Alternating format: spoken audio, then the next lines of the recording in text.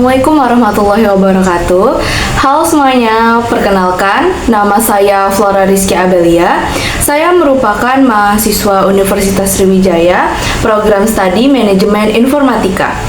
Pada video kali ini, saya akan menjelaskan materi tentang algoritma dan pemrograman sebagai bagian dari tugas ujian tengah semester pada mata kuliah algoritma dan pemrograman. Sebelum kita masuk ke hal-hal yang lebih teknis, kita harus paham terlebih dahulu apa sebenarnya algoritma itu. Bayangkan, kamu ingin membuat secangkir teh. Langkah pertama, pastilah kamu merebus air, lalu memasukkan teh celup ke dalam cangkir. Setelah itu, tuang air panas dan aduk sampai rata. Nah, urutan langkah-langkah itu dari awal sampai teh siap diminum, itu yang dinamakan sebagai algoritma. Jadi secara sederhana, algoritma adalah serangkaian langkah-langkah yang struktur dan terbatas untuk menyelesaikan masalah. Dalam konteks komputer sendiri, algoritma adalah resep yang memberi komputer bagaimana cara menyelesaikan tugas atau memecahkan masalah. Karena tanpa algoritma, komputer tidak tahu harus melakukan apa-apa. Nah, algoritma sendiri memiliki ciri-ciri agar algoritma tersebut bisa dikatakan baik. Yang pertama, terstruktur. Langkah-langkahnya harus jelas, logis, dan berurutan, serta tidak boleh ada langkah yang ambigu. Yang kedua, terbatas. Finite. Harus berhenti setelah sejumlah langkah, tidak boleh berjalan terus-menerus tanpa akhir. Lalu yang ketiga adalah memiliki masukan, input. Algoritma dapat menerima data sebagai masukan. Lalu yang keempat ada menghasilkan keluaran atau output. Lalu yang terakhir adalah efektif atau efisien. Algoritma harus menghasilkan solusi yang benar dan dapat diselesaikan dalam waktu yang masuk akal dan dengan sumber daya yang maksimal. Nah, sekarang mengapa sih algoritma itu penting? Dan kenapa kita harus repot-repot belajar yang namanya algoritma? Jawabannya itu simpel banget. Karena algoritma adalah jantung dari ilmu komputer. Karena tanpa algoritma, nggak akan ada yang namanya program, aplikasi, atau sistem yang berjalan dengan benar. Ada satu kutipan terkenal dari Nicholas Wirth, seorang ilmuwan komputer. Algoritma plus data struktur sama dengan program. Artinya, kalau kita punya struktur data yang baik dan algoritma yang efisien, maka kita bisa membangun program apapun, mulai dari game, aplikasi, sampai sistem kecerdasan buatan. Coba pikir deh, setiap kali kamu buka Google, YouTube, ataupun Maps yang bekerja di balik layar, itu adalah algoritma. Google Maps pakai algoritma pencarian rute tercepat.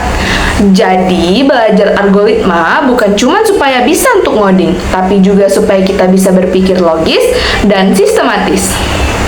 Nah, untuk algoritma sendiri, ada 3 cara untuk menyajikan algoritma. Apa aja sih untuk menyajikan algoritma itu? Yang pertama adalah narasi atau deskripsi bahasa natural.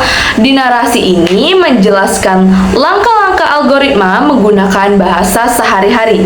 Ini tuh caranya mudah dipahami, tapi kadang bisa jadi ambigu kalau misalkan nggak dibuat dengan benar. Lalu yang kedua adalah piscode.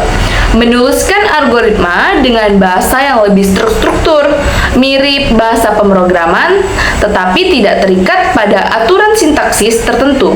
Ini adalah cara paling umum yang digunakan programmer untuk merancang algoritma. Lalu yang terakhir adalah flowchart atau diagram alir. Ini tuh kayak menggambarkan langkah-langkah algoritma menggunakan simbol-simbol grafis. Cara ini efektif banget loh untuk visualisasi alur kerja. Nah, secara umum algoritma ini dibagi dalam 3 tingkatan berdasarkan kompleksitasnya. Yang pertama itu adalah tingkat dasar. Ini tuh termasuk algoritma seperti sekuensial, percabangan, perulangan, rekursif, searching, dan sorting. Lalu yang kedua adalah tingkat menengah, mencangkup divide, concur, greedy, dynamic, programming, backtracking, and brute force. Lalu yang terakhir adalah tingkat tinggi, seperti heuristik, meta-heuristik, atau paralel algorithm yang banyak digunakan di bidang AI, machine learning, dan komputasi besar. Nah, kita mulai yang paling dasar dulu ya, yaitu algoritma sekuensial atau biasa disebut dengan linear algoritma.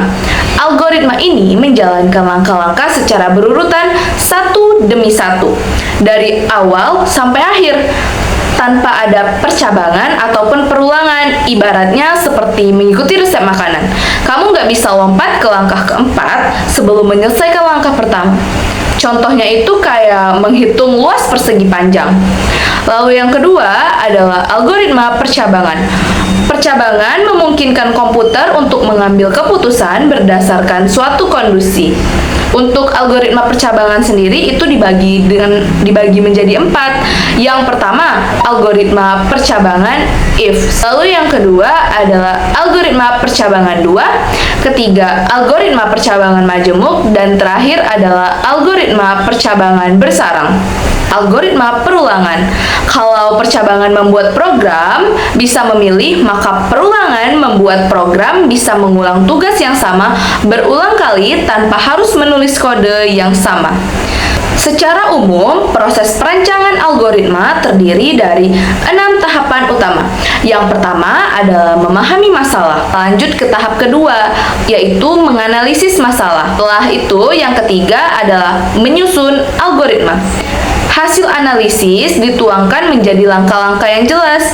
Biasanya itu dalam 2 bentuk utama, yaitu yang pertama piece-code, lalu yang kedua adalah flowchart. Dan keempat, yaitu mengimplementasikan algoritma. Atau dengan kata lain, kita bisa menuliskan kode algoritma yang sudah disusun tadi, terus diubah menjadi program yang berbagai bahasa. Lalu di tahap kelima, kita menguji dan mengevaluasi. Lalu yang terakhir adalah mendokumentasikan algoritma. Pemrograman pada dasarnya adalah proses menulis instruksi agar komputer bisa melakukan tugas tertentu.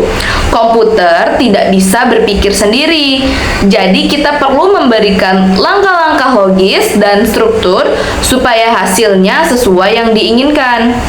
Seiring waktu, bahasa pemrograman berkembang pesat, mulai dari bahasa mesin yang hanya berisi angka biner 0 sampai 1, sampai ke assembly language yang sedikit lebih mudah dengan simbol seperti add atau move.